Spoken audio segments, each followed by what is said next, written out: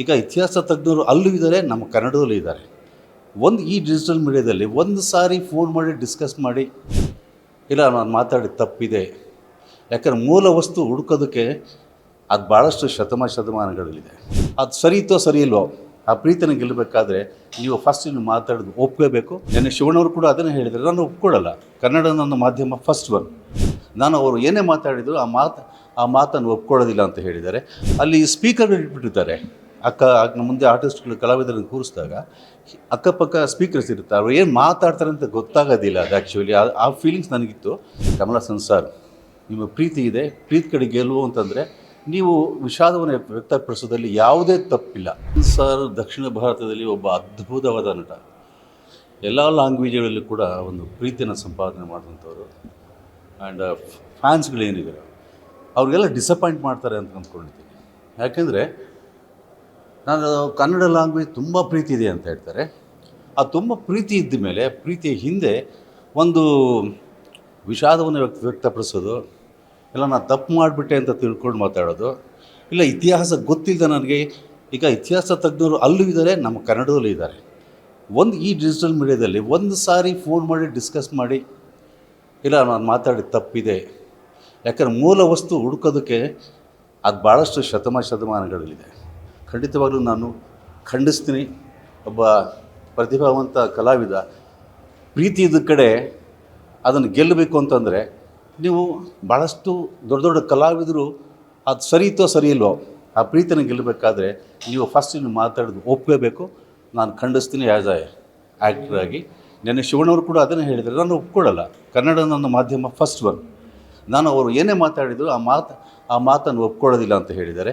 And ನನಗೆ first day ಶಿವಣ್ಣವ್ರ reaction ಬಂದಾಗ ನಿಮ್ಮ ಮಾಧ್ಯಮಗಳ ಮುಖಾಂತರ ಅಲ್ಲಿ ಸ್ಪೀಕರ್ಗಳು ಇಟ್ಬಿಟ್ಟಿರ್ತಾರೆ.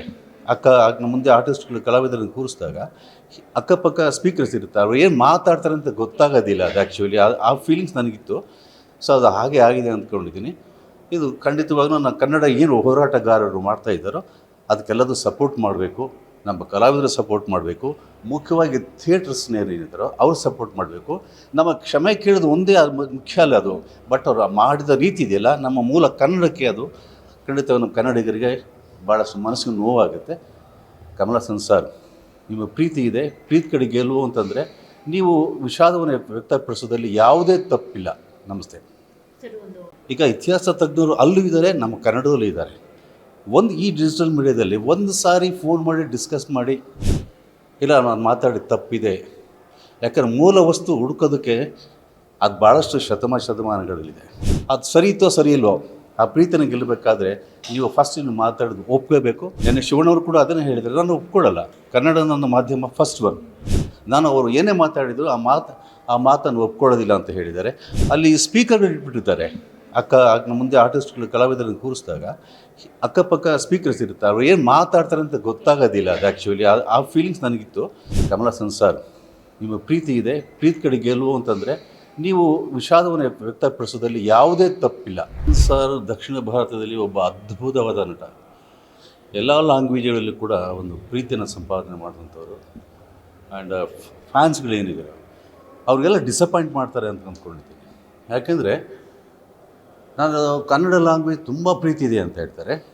ಆ ತುಂಬ ಪ್ರೀತಿ ಇದ್ದ ಮೇಲೆ ಪ್ರೀತಿಯ ಹಿಂದೆ ಒಂದು ವಿಷಾದವನ್ನು ವ್ಯಕ್ತಪಡಿಸೋದು, ಇಲ್ಲ ನಾನು ತಪ್ಪು ಮಾಡಿಬಿಟ್ಟೆ ಅಂತ ತಿಳ್ಕೊಂಡು ಮಾತಾಡೋದು, ಇಲ್ಲ ಇತಿಹಾಸ ಗೊತ್ತಿಲ್ಲದೆ ನನಗೆ.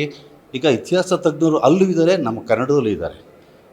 ಈ ಡಿಜಿಟಲ್ ಮೀಡಿಯಾದಲ್ಲಿ ಒಂದು ಸಾರಿ ಫೋನ್ ಮಾಡಿ ಡಿಸ್ಕಸ್ ಮಾಡಿ, ಇಲ್ಲ ನಾನು ಮಾತಾಡಿದ ತಪ್ಪಿದೆ, ಯಾಕಂದ್ರೆ ಮೂಲ ವಸ್ತು ಹುಡುಕೋದಕ್ಕೆ ಅದು ಭಾಳಷ್ಟು ಶತಮಾನಗಳಿದೆ. ಖಂಡಿತವಾಗ್ಲೂ ನಾನು ಖಂಡಿಸ್ತೀನಿ. ಒಬ್ಬ ಪ್ರತಿಭಾವಂತ ಕಲಾವಿದ ಪ್ರೀತಿ ಇದ್ದ ಕಡೆ ಅದನ್ನು ಗೆಲ್ಲಬೇಕು ಅಂತಂದರೆ ನೀವು ಭಾಳಷ್ಟು ದೊಡ್ಡ ಕಲಾವಿದರು ಅದು ಸರಿಯಿತೋ ಸರಿ ಇಲ್ವೋ, ಆ ಪ್ರೀತಿನ ಗೆಲ್ಲಬೇಕಾದ್ರೆ ನೀವು ಫಸ್ಟ್ ನೀವು ಮಾತಾಡೋದು ಒಪ್ಕೋಬೇಕು. ನಾನು ಖಂಡಿಸ್ತೀನಿ ಆ್ಯಸ್ ಆ್ಯಕ್ಟರ್ ಆಗಿ. ನೆನ್ನೆ ಶಿವಣ್ಣವರು ಕೂಡ ಅದನ್ನೇ ಹೇಳಿದರೆ, ನಾನು ಒಪ್ಕೊಳ್ಳಲ್ಲ, ಕನ್ನಡ ನನ್ನ ಮಾಧ್ಯಮ ಫಸ್ಟ್ ಒನ್, ನಾನು ಅವರು ಏನೇ ಮಾತಾಡಿದ್ರು ಆ ಮಾತನ್ನು ಒಪ್ಕೊಳ್ಳೋದಿಲ್ಲ ಅಂತ ಹೇಳಿದ್ದಾರೆ. ಆ್ಯಂಡ್ ನನಗೆ ಫಸ್ಟ್ ಡೇ ಶಿವಣ್ಣವ್ರ ರಿಯಾಕ್ಷನ್ ಬಂದಾಗ ನಿಮ್ಮ ಮಾಧ್ಯಮಗಳ ಮುಖಾಂತರ ಅಲ್ಲಿ ಸ್ಪೀಕರ್ಗಳು ಇಟ್ಬಿಟ್ಟಿರ್ತಾರೆ. ಮುಂದೆ ಆರ್ಟಿಸ್ಟ್ಗಳು ಕಲಾವಿದರನ್ನು ಕೂರಿಸಿದಾಗ ಅಕ್ಕಪಕ್ಕ ಸ್ಪೀಕರ್ಸ್ ಇರುತ್ತೆ, ಅವ್ರು ಏನು ಮಾತಾಡ್ತಾರೆ ಅಂತ ಗೊತ್ತಾಗೋದಿಲ್ಲ. ಅದು ಆ್ಯಕ್ಚುಲಿ ಆ ಫೀಲಿಂಗ್ಸ್ ನನಗಿತ್ತು. ಸೊ ಅದು ಹಾಗೆ ಆಗಿದೆ ಅಂದ್ಕೊಂಡಿದ್ದೀನಿ. ಇದು ಖಂಡಿತವಾಗ್ಲೂ ನಾನು ಕನ್ನಡ ಏನು ಹೋರಾಟಗಾರರು ಮಾಡ್ತಾ ಇದ್ದಾರೋ ಅದಕ್ಕೆಲ್ಲದೂ ಸಪೋರ್ಟ್ ಮಾಡಬೇಕು, ನಮ್ಮ ಕಲಾವಿದರು ಸಪೋರ್ಟ್ ಮಾಡಬೇಕು, ಮುಖ್ಯವಾಗಿ ಥಿಯೇಟರ್ಸ್ನೇನಿದ್ದಾರೋ ಅವ್ರು ಸಪೋರ್ಟ್ ಮಾಡಬೇಕು.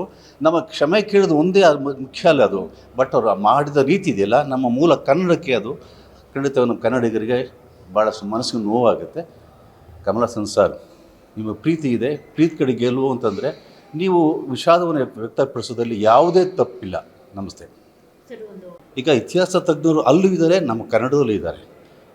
ಈ ಡಿಜಿಟಲ್ ಮೀಡಿಯಾದಲ್ಲಿ ಒಂದು ಸಾರಿ ಫೋನ್ ಮಾಡಿ ಡಿಸ್ಕಸ್ ಮಾಡಿ, ಇಲ್ಲ ನಾನು ಮಾತಾಡಿದ ತಪ್ಪಿದೆ, ಯಾಕಂದ್ರೆ ಮೂಲ ವಸ್ತು ಹುಡುಕೋದಕ್ಕೆ ಅದು ಭಾಳಷ್ಟು ಶತಮಾನಗಳಲ್ಲಿದೆ.